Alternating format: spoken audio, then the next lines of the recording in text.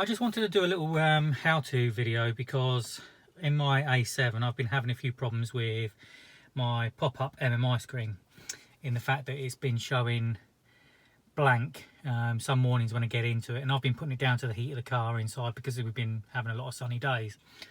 But yesterday it was doing it on and off all day, and there was no particular reason for it. So I just thought, I've had enough. And as she was good enough to pass her MOT today, I thought she deserves it. So there isn't much information on how to strip one of these dashboards down to remove the screen. So it was kind of trial and error with me. I'd seen a few bits and pieces, but nothing conclusive. So I just wanted to talk you through roughly how to pull your dashboard apart if you need to. Basically, I have plastic tools that you can get off eBay. That I started here, and I gently in the top and pull it forwards, and it will. There's tangs all the way along. When you get to about here, you might find it doesn't want to go because this is only a thin strip of plastic, and you've got to be careful. So I moved in on this piece here and clipped it up, and then once it was up, I could get in the top, and it just pulled it forwards, and it all came off.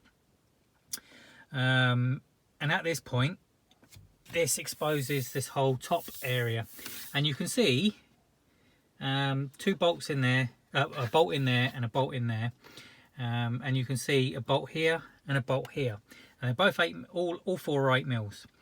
The only downside is you can't remove the mechanism without removing this vent. So the next stage is you take out the 2 bottom bolts, keep them somewhere safe. And then the next stage is to remove your vent panel, which is quite daunting when you look at it, but it's not. So what I did here is I removed this piece here by just going underneath and pulling it out. I removed this piece here, exactly the same, in underneath, pull it out towards you. That relieves the pressure on this when you start pulling on your vent. So you put your hand in the top and you can pull your vent forwards, and you'll work your way along and you can pull it all forwards, which means this piece comes out as well. So when this piece comes out, you'll find that this is interlocked with this piece and it goes in over the top. So you need to just pull it out, do it gently because it does put a bit of pressure on the top over here, but you can pull it out or push this piece forwards as you pull that piece back, and this whole vent will release itself. Now once it's released, you'll find a wire here on top of the vent that keeps it quite tight to the dashboard.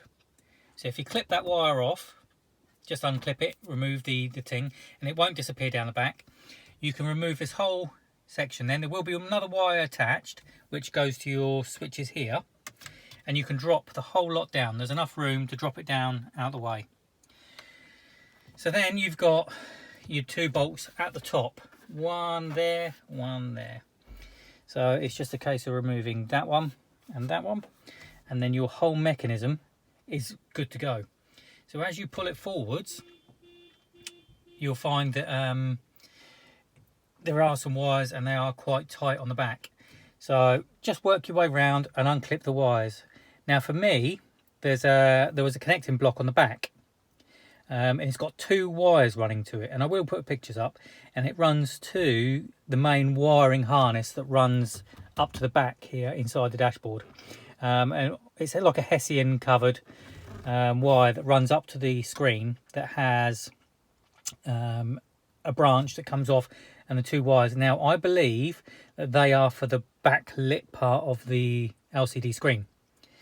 My screen was working, as in it was black, but you could still use your dial and you could select things, but you couldn't see what you were selecting. So to me that means everything was working. It was just the part of the screen that was backlit that stopped it working. So I traced those wires back and I found 2 complete breaks.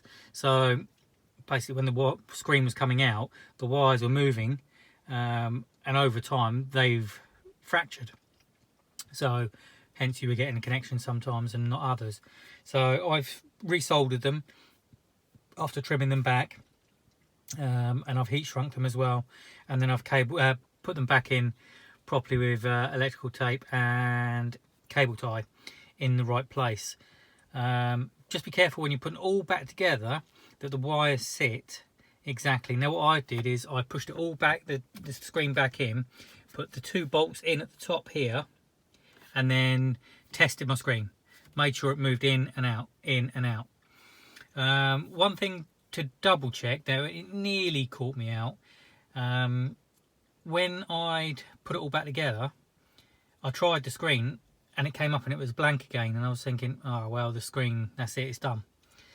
But then I suddenly thought, well, hang on, maybe it's not getting power, maybe I've shorted a wire or touched a wire, or when I opened the wires up it may have allowed them to touch. So I went into the left hand fuse panel on the end of the dashboard, and I think it was bank B fuse 2, which I think's a 5 amp. And sure enough, it had blown. So I swapped the fuse, and straight away the screen started working, which is nice. At least I know it now works, he says. Oh, hang on. There we go. I nearly had a panic then. I thought it hadn't worked. But yeah, at least it's now all working as it's meant to. Okay. Hope this helps someone. Thank you.